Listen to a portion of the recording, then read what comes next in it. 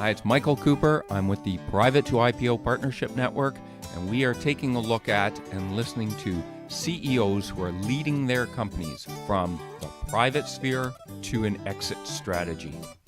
These are companies that are top-notch, gold standard in their industries, and know what it takes to grow their company to a successful exit. Good afternoon. Today we're going to speak with Dr. Joshi of Output Medical. Dr. Joshi started Output Medical in his intern year of medicine and recognized the problem and is working to solve it. Output Medical helps with a major problem in the world of abnormally low urine output volume. This is a leading indicator of acute kidney injury for ICU patients, according to the Output website. So AKI is a rapid and dangerous loss of kidney function that seriously impacts a patient's quality of care, and it increases mortality rates, cost of care, length of stay, and readmission rates in hospitals. It occurs in approximately 2 million patients in the US, and it's a major problem. The current process is performed manually by nurses, and it is menial, time-consuming, and error-prone. And Output Medical intends to revolutionize the measurement and analysis of urine output in ICUs. Today we'd like to welcome Dr. Joshi, who is the founder of Output Medical. And Dr. Joshi, you developed this company when you were right at the beginning of your career, and you saw a major problem and decided to jump in and solve it. Can you tell us a little bit about Output Medical and how you got started and the problem you saw? Sure. Output Medical develops medical devices that automate urine output measurements, a process that's currently done manually, which is especially concerning among high-risk intensive care unit patients that are high risk of oliguria, which is a medical term for low urine output measurements. I think I came up with the concept at the point in time I did in my career because I was learned and established enough to understand the medical fundamentals well enough to apply that into patient care, but I wasn't regimented or set in my ways. Oftentimes, many physicians who have been practicing for many years become regimented based on the current standards of care and current treatment options, therapeutic options, that they forget to think how to improve the processes in unique and innovative ways. So I felt that Output Medical really started when I was at the perfect point in my career in which I was established enough to understand the key clinical principles, but not yet regimented in my ways where I did not look for improvement opportunities. Good. It's great to have youthful exuberance helping us solve the problems of today. When you started to develop the company, was it around data analysis, or is it a device company that you are developing? It's a device company, first and foremost. We're a medical device company that develops devices that automate the measurement process. But what's interesting, and I like the way you phrase the question, data or device, because I would rephrase it to say data and device. Mm-hmm. Think of what we do in a sense as Internet of Things meets medical device.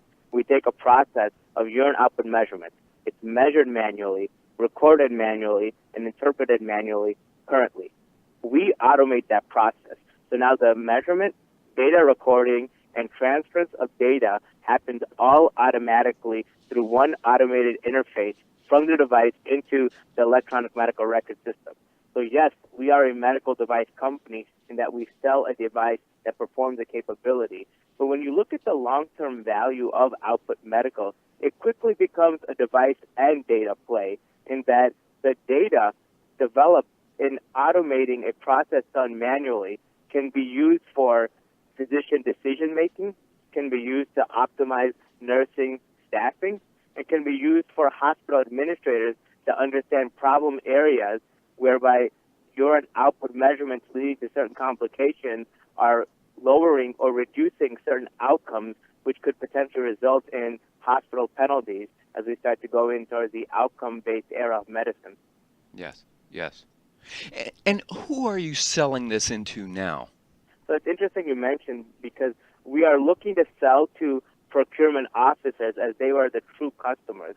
But the sales process itself entails reaching out to physician thought leaders, key opinion leaders. KOL is the term that many people recognize.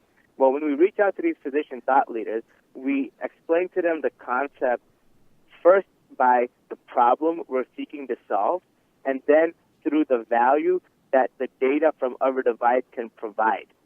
So once we get the key opinion leaders' buy-in for Output Medical, we then request them to introduce us to the procurement officers. And it's very interesting, the procurement officer dynamic in hospitals, because you have to find the right procurement officer that manages the capital budget for the kidney injury or urine output space. And people don't realize that procurement officers within the hospital space is a microcosm in and of itself. So finding the right procurement officer is an additional challenge.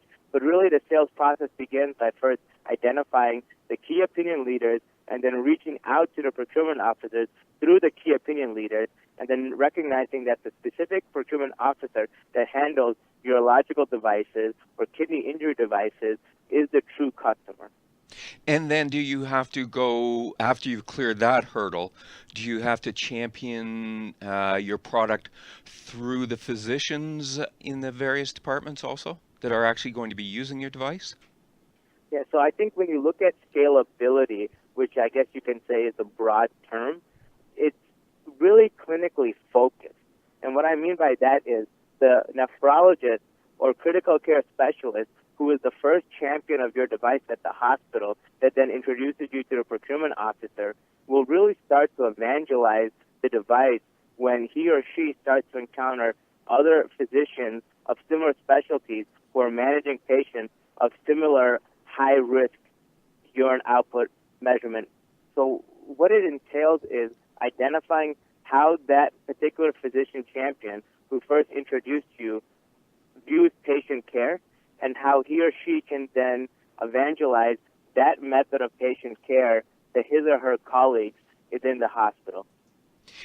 And where are you in this process of evangelizing and getting some thought leaders to introduce your product and get behind it? We've been pretty active in going to national conferences such as the Acute Kidney Injury Network, the Society of Critical Care Medicine, the American Society of Nephrology, American Medical Association, you name it. We've been to about 15, 20 conferences over the past 2 years in which we reached out specifically to various nephrologists and critical care specialists who are active in urine output measurement research. So we have a Rolodex that's pretty sizable and entails physicians throughout the country. We are what we like to consider step one with those types of physicians. We are now at step two with certain physicians within the Chicagoland area simply because of the proximity of Output Medical. And we're establishing clinical studies at those sites. And the goal being, with those physicians that we're establishing clinical studies at, we'll then accumulate data attesting to the validity of the device and accurate urine output measurements, nursing efficiency, and optimizing resource utilization in the ICU. Take that data and then send it to the other physicians within our network and then continue to build upon that network, evangelizing physicians who are already interested and requesting them to recruit other physicians and building the network accordingly. And these clinical studies, what are they, 3, 4 months in duration? Interesting. So they are actually broken down a bit more granularly. So there's one clinical study that focuses on the accuracy of urine output measurements. There's another clinical study that focuses on nursing satisfaction from nurse observers who view the accuracy study. And then we're also focusing on efficiency studies as well. And the reason why we broke it down like we did, as opposed to aggregating everything into one clinical study, is we wanted to be very organized and focused in what outcomes we seek to obtain. While we can't control the outcomes because that's not appropriate, we can control the environment in which we seek specific outcomes. And we felt that we had to have a better controlled environment measure those outcomes if we broke down the studies into specific outcomes as opposed to aggregating it all into a set of primary and set of secondary outcomes. Okay. Okay. And how are you currently funded? So the first capital came from me. So I took direct capital from my own earnings from practicing and put it into Output Medical. I put in a significant amount. I put in about 200,000 of my earnings to date, and so that kind of tells you a little bit about how much I've saved to date. After I put that initial amount, I recruited other physicians in the area, so greater Midwest area from Milwaukee, Chicago, Northwest Indiana, and I got a significant amount from about 20, 30 physicians. And, it was like 10, 15,000 here or there. And after I recruited the capital from the physician network, I reached out to a few high net worth individuals who have experience in the medical device space. One is a high net worth individual who led accounts at a very large medical device corporation that's now since retired.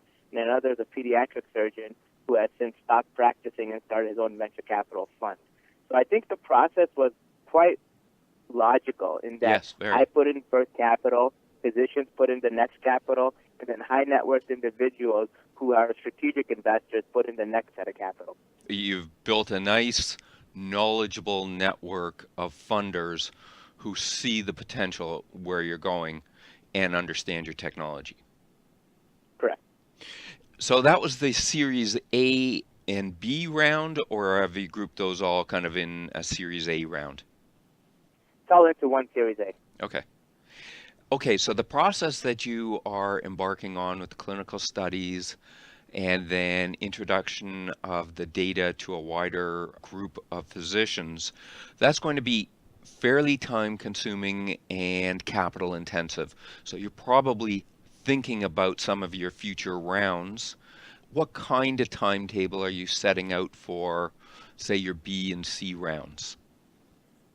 Which I'm Yeah, assuming would take you into a revenue generating mode. exactly. And so a Series B, we're looking to raise around 1.5.